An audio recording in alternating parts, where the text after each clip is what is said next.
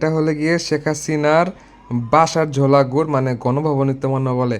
So গণভবনের ঝোলা গুড় এটা আনছিল হলে গিয়ে আমার ফুপা।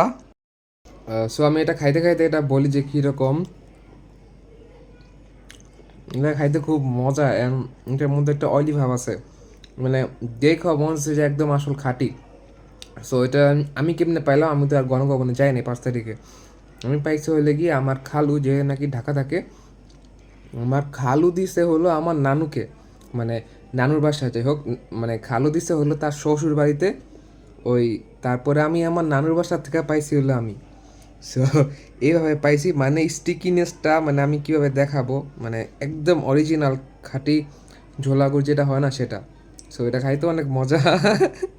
এই ঝোলাগুড়টা যদি আজকে শেখ হাসিনা থাকতে হলে শেখ হাসিনা খাইতে হয়তো বা খুব মজা। চল আরেকবার খাই। হুম।